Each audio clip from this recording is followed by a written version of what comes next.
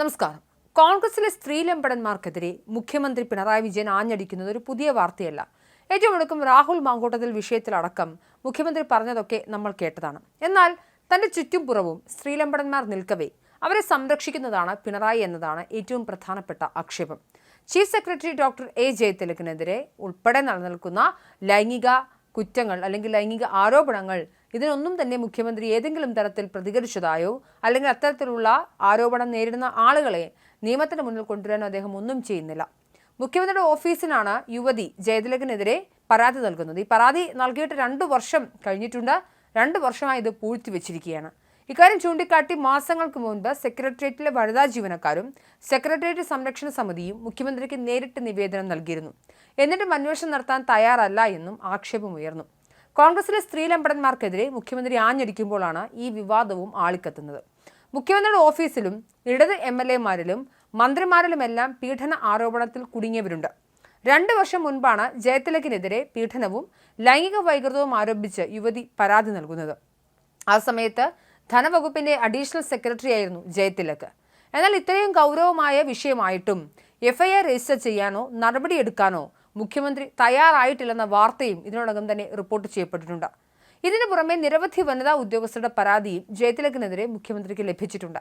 ഔദ്യോഗിക ആവശ്യങ്ങൾക്ക് വനിതാ ജീവനക്കാരെ വിളിച്ചു വരുത്തി അപമര്യാദയെ പെരുമാറുക, കീഴുദ്യോഗസ്ഥർക്ക് അശ്ലീല മെസ്സേജ് അയക്കുക, വിവാഹമോചിതരായ വനിതകളെ തെരഞ്ഞുപിടിച്ച് ലൈംഗിക ചുവയോട് കൂടിയ സന്ദേശങ്ങൾ നിരന്തരം അയക്കുക എന്നതൊക്കെ ഇദ്ദേഹത്തിന്റെ രീതിയാണെന്നാണ് പരാതി ഉയരുന്നത്.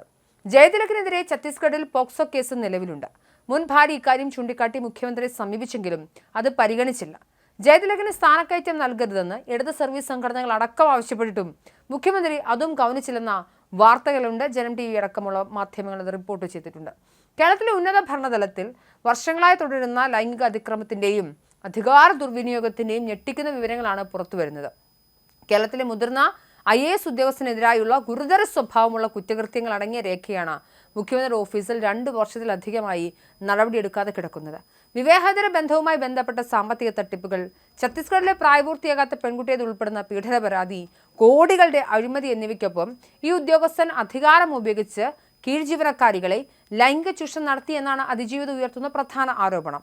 ഉദ്യോഗസ്ഥന്റെ ലൈംഗിക വൈകൃതങ്ങൾ സഹിക്കാനാവാതെ വിവാഹമോചനം നേടിയ ആദ്യ ഭാര്യ കുട്ടികളുടെ കസ്റ്റഡിക്കായി കുടുംബ കോടതി നൽകിയ പെറ്റീഷനിൽ ഭർത്താവ് കൊച്ചുകുട്ടികളെ വരെ ലൈംഗികമായി ചൂഷണം ചെയ്യുന്നതായും ഛത്തീസ്ഗഡിൽ ഇയാൾക്കെതിരെ പോക്സോ കേസ് ഒത്തുതീർപ്പാക്കിയതിനെക്കുറിച്ചും പരാമർശിക്കുന്നുണ്ട്. ഈ ഘട്ടത്തിലാണ് CPM സഹയാത്രികനും മുൻ ഇടത് MLA-യുമായ PT കുഞ്ഞുമുഹമ്മദിനെതിരെയും പീഡന പരാതി വരുന്നത്. കേരള അന്താരാഷ്ട്ര ചലച്ചിത്രമേളയുടെ സെലക്ഷൻ സ്ക്രീനിങ്ങിനിടെ ലൈംഗിക അതിക്രമം നടത്തിയെന്ന പരാതിയിൽ സംവിധായകൻ PT കുഞ്ഞുമുഹമ്മദിനെതിരെ കേസെടുത്തു കഴിഞ്ഞു. ഹോട്ടൽ മുറിയിൽ വെച്ച് കുഞ്ഞുമുഹമ്മദ് ലൈംഗിക അതിക്രമം നടത്തിയെന്നാണ് ചലച്ചിത്ര പ്രവർത്തകയുടെ പരാതി. PT കുഞ്ഞുമുഹമ്മദിനെതിരെ പോലീസ് ചുമത്തിയതിൽ ഇടത് വകുപ്പുകളുമാണ്.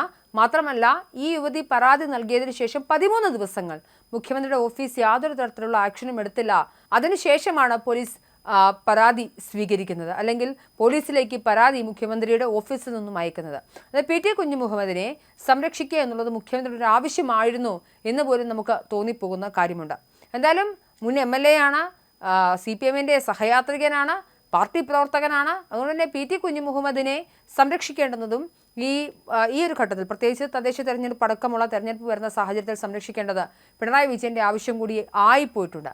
എന്തായാലും കന്റോൺമെന്റ് സ്റ്റേഷന് പരാതി കൊടുത്തത്, അല്ലെങ്കിൽ മുഖ്യമന്ത്രി പിണറായി വിജയന് യുവതി പരാതി കൊടുത്തതിന് 13 ദിവസങ്ങൾക്ക് ശേഷമാണ് കന്റോൺമെന്റ് സ്റ്റേഷന് മുഖ്യമന്ത്രിയുടെ ഓഫീസിൽ നിന്നും പരാതി കൈമാറുന്നത്. ഇതൊരു ഗുരുതരമായ ലംഘനമാണ്.